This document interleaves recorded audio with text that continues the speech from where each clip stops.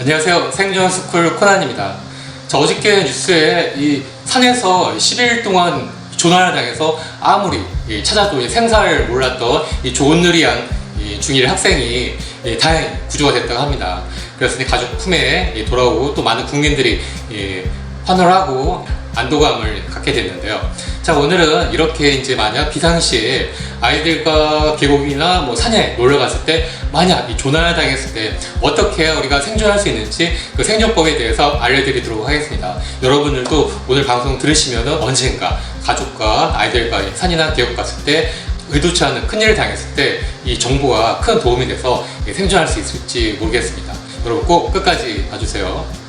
오늘 8월 3일인데 휴가철이라 많이들 산이나 계곡 또 이렇게 놀러 가시죠. 그런데 여행에 가시게 되면은 집을 나서기 전에 꼭 이 아이들 전신 사진을 스마트폰으로 한 장씩 찍어두세요. 왜냐면은 이 도시든 야외든 산이든 아이들 잃어버렸을 때 남한테 빨리 연락을 해갖고 많은 인원이 한꺼번에 동시에 찾아야 합니다. 그럴 때 내 아이의 어떤 얼굴이나 키, 또 입은 옷, 색깔, 운동화 같은 것들 이런 것들 말로 설명을 하려면은 사실은 엄청나게 복잡하고 또 나도 긴가민가 정확히 잘 모를 수가 있어요. 헷갈리고. 자, 그럴 때 미리 아침에 집에 나서기 전에 전신 사진을 아이들 사진을 찍어두면은 바로 남한테 핸드폰 사진을 전송을 해서 많은 사람들이 한꺼번에 정확히 찾을 수가 있는 것들이죠. 요 팁도 꼭 알아두세요. 자, 그리고 이 두 번째 팁으로는 뭐 공공기관이나 또 놀이터, 야외 놀이터 같은 데 갈 때 만약 아이를 잃어버렸을 때는 빨리 코드 아담 제도를 요청하시면 됩니다. 자, 이게 뭐냐면은 아이를 잃어버렸을 때 빨리 찾는 게 중요한데요. 만약 어떤 큰 실내 공간에서 아이를 잃어버렸을 때 이 코드 아담 제도를 그 기관의 관리자한테 요청을 하시면은 법적으로 그 관리자는 빨리 문을 닫고 전 직원을 동원을 해서 아이들을 찾아야 돼요. CCTV도 확인을 하고 그렇게 할 수 있는 제도이기 때문에 빨리 이런 것들을 미리 알고 있어야 되는 거죠. 자, 그리고 이제 세 번째 팁은 만약 산에서 이동을 하다가 이번 사고처럼 길을 잃게 되면은 절대 이 길을 찾는다고 더 깊게 들어가거나 딴 데 이동을 하지 마세요. 산이든 바다든 이 조난당한 그 위치, 그 자리에서 되도록 많은 사람들이 같이 모여있는 상태가 가장 빨리 구조대가 발견을 하고 찾을 수 있는 그 확률이 더 커집니다. 잘 모르면서 더 달려간다거나 딴 데로 이동을 하게 되면 더 찾기가 힘들어져요. 때문에 바다든 산이든 이 길을 잃은 그 자리에서 구조대가 올 때까지 가만히 있는 게 가장 좋은 방법이기도 합니다.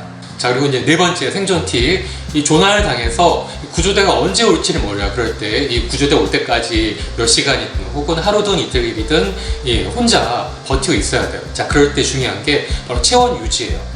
한여름에도 밤이나 새벽에는 엄청 춥고요. 거기다가 비까지 내리고 또 바람까지 불게 되면은 온몸에 흠뻑 젖고 그러면은 금방 몇 시간 안에 또 체온이 2도 이상 떨어지는 저체온증이 올 수가 있어요. 이 저체온증 우리는 좀 우습게 생각할 수가 있는데 보통 이 저체온증으로 사람이 우습게 죽기도 합니다. 때문에 조난을 당해서 춥거나 그럴 때는 빨리 바람을 피할 수 있는 바위 뒤나 나무 뒤 또 움푹 파인 곳, 자, 그런 이 비바람을 피할 수 있고 또 체온을 보존할 수 있는 그런 지역을 빨리 이동을 하고요. 또 내가 갖고 있는 모든 것들을 이용해서 보온을 해야 되는 거예요. 하다못해 이 배낭만 메고 그 안에 아무것도 하면은 배낭 자체를 밑을 잘라서 혹은 열어서 배낭을 뒤집어 써도 돼요. 그러면은 비바람을 막을 수가 있기 때문에 훨씬 더 따뜻하게 지낼 수가 있고 그 외 배낭이나 가방에 우비라든가 혹은 은박 보온담요 요만한 것들이 있죠. 이런 것들을 넣고 다니시면 큰 도움이 됩니다. 자, 그리고 다섯 번째 이 생존 팁. 자, 그리고 이 생존에는 이 333 법칙이라는 게 있어요. 숨을 안 쉬면 3분, 또 물을 안 마시면 3일, 그리고 밥을 안 먹으면 30일까지도 버틸 수 있다는 그 법칙이죠. 때문에 이번에 이 조난을 당한 그 여중생도 이 밥을 열흘 동안 먹진 못했지만 물을 마셨기 때문에 아마도 한 열흘 동안 잘 버틸 수 있었던 그런 것 같아요. 자, 그런데 야외에서 물을 어떻게 구하냐, 이거 사실은 제일 중요하고 좀 어려운 문제일 수가 있어요. 이번에 이 사례를 보면은 이 학생 같은 경우는 조난을 당한 뒤에 그래도 다행히 장맛비가 바로 며칠 동안 내렸기 때문에 깨끗한 물을 바로 구할 수가 있었고 또 주위에도 계곡이 있었어요. 자, 그 물을 떠마시고 또 새벽녘에는 나뭇잎에 이슬이 묻히기 때문에 그걸 조금씩 모아서 마시면은 이 물을 보충할 수가 있는 거죠. 하지만 절대 주의해야 될 게 땅에 떨어져서 고인 흙탕물들, 자, 이런 것들은 절대 마시면 안 됩니다. 이런 것들 마시게 되면은 오염된 물이기 때문에 배탈이나 설사 날 수가 있고요. 더 위험한 상황에 빨리 빠질 수가 있어요.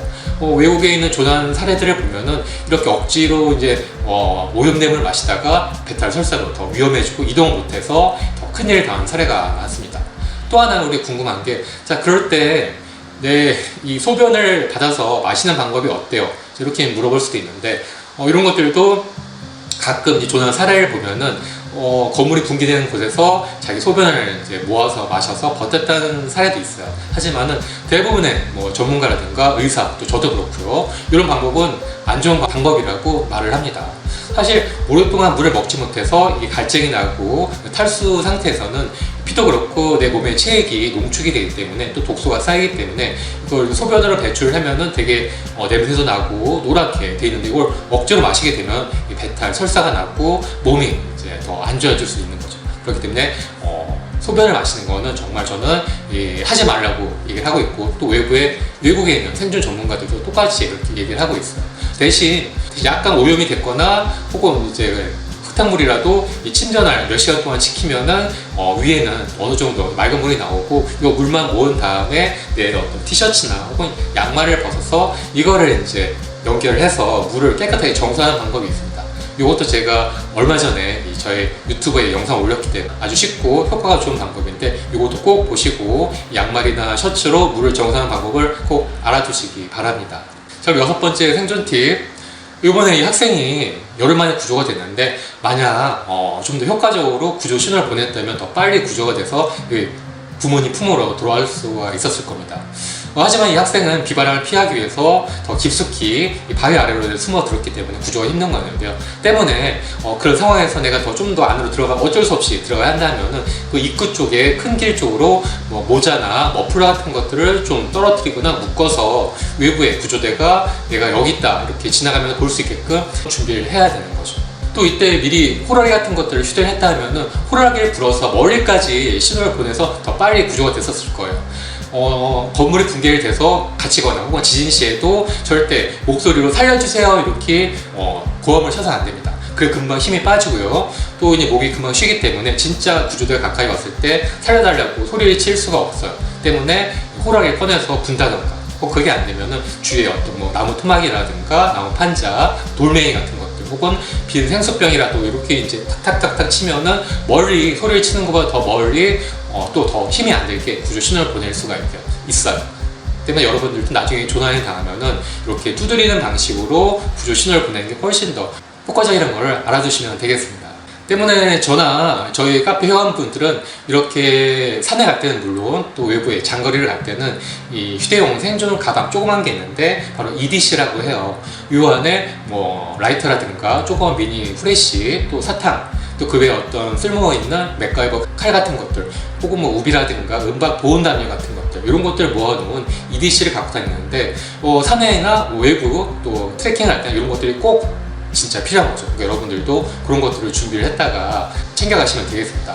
그걸 효과적으로 만들고 구성하고 챙기는 방법, 제가 카페나 유튜브 영상을 만들었는데 또 여러분 꼭 보시기 바라요.